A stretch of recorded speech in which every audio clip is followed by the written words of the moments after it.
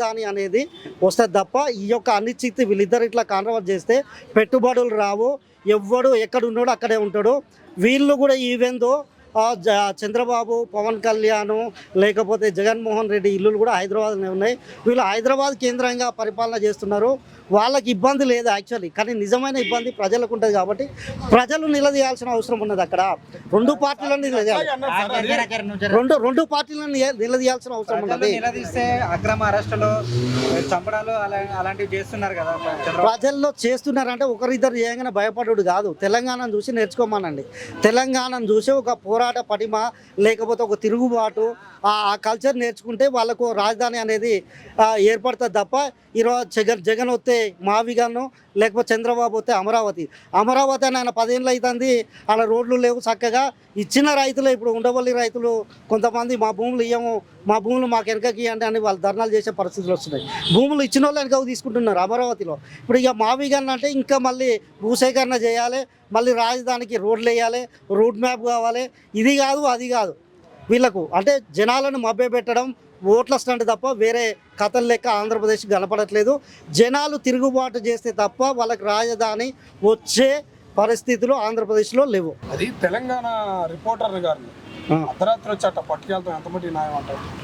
ఎంతమందికి అంటే మా రేవంత్ రెడ్డికి ఒకవేళ చంద్రబాబు యొక్క బానిస కాదు రేవంత్ రెడ్డి, నేను తెలంగాణకు ముఖ్యమంత్రిని, తెలంగాణ పౌరుల కొరకు నేను పనిచేస్తా అంటే ఆ అరెస్టును ఖండించాలి. ఏమంటే ఆ ముఖ్యమంత్రితోటి మాట్లాడి ఆ యొక్క కేవీఆర్ని రిలీజ్ చేయాల్సిన అవసరం అయితే రేవంత్ రెడ్డి మీద ఉంది. అంటే తెలంగాణ విషయాలు చూసుకోకుండా ఆంధ్ర వాళ్ళని తిడతాము. అరే అమ్మ ఇప్పుడు పవన్ కళ్యాణ్ ఆడ డిప్యూటీ సీఎం, ఈడికి వచ్చి నీ అయ్యే జాగిరా అంటాడు. మరి ఆడ చూసుకోమని రాదు, ఆడ పొడవు అని రాదు. ఏమో మాట్లాడతారు. ఈడ తెలుగు వాళ్ళు ఈడ మాట్లాడట్లేరా? ఆంధ్రప్రదేశ్లో తెలంగాణ రాజకీయాలు మాట్లాడట్లేరా?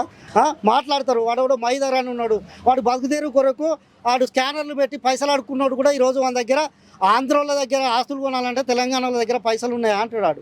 ఆంధ్రోళ్ళ దగ్గర ఆస్తులు ఏమున్నాయి, భూములు కొన్నారు. ఒక 10% భూములు కొన్నారు, ఇంకా 90% భూములు ఉంటాయి కదా. అంటే మీ ఒక 10% కూడా కొనలే, మీరు 1% కొంటారేమో.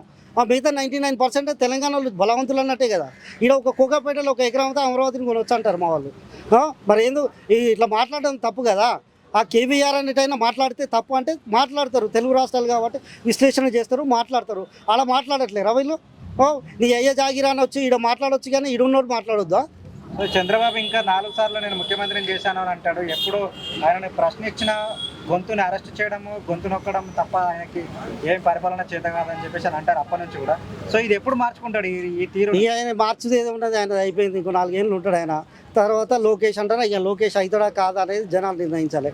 ఇక చంద్రబాబు అయితే లాస్ట్ పీరియడ్ ఆయన యొక్క రాజకీయ చరిత్ర మొత్తం మీరు తెలంగాణలో ఆయన అధికారంలో ఉన్నప్పుడు బూటపుకు ఎన్కౌంటర్లు, జిల్లాకు పోతే ఎవరిని చంపుతాం అని అడిగేదట ఆయన ఎస్పీల్ని. అలాంటి ఒక రక్త చరిత్ర ఉన్నటువంటి వ్యక్తి చంద్రబాబు నాయుడు. ఇప్పుడు కూడా అదే ఆ ధోరణిలో ఉంటే జనాలు చూస్తున్నారు. ఆ పరిస్థితులు ఇప్పుడు లేవు. ఆ రాజకీయం కూడా ఇప్పుడు నడవదు. చంద్రబాబు నాయుడు ఇలాంటి యొక్క అరెస్టులను ఖండించాలి.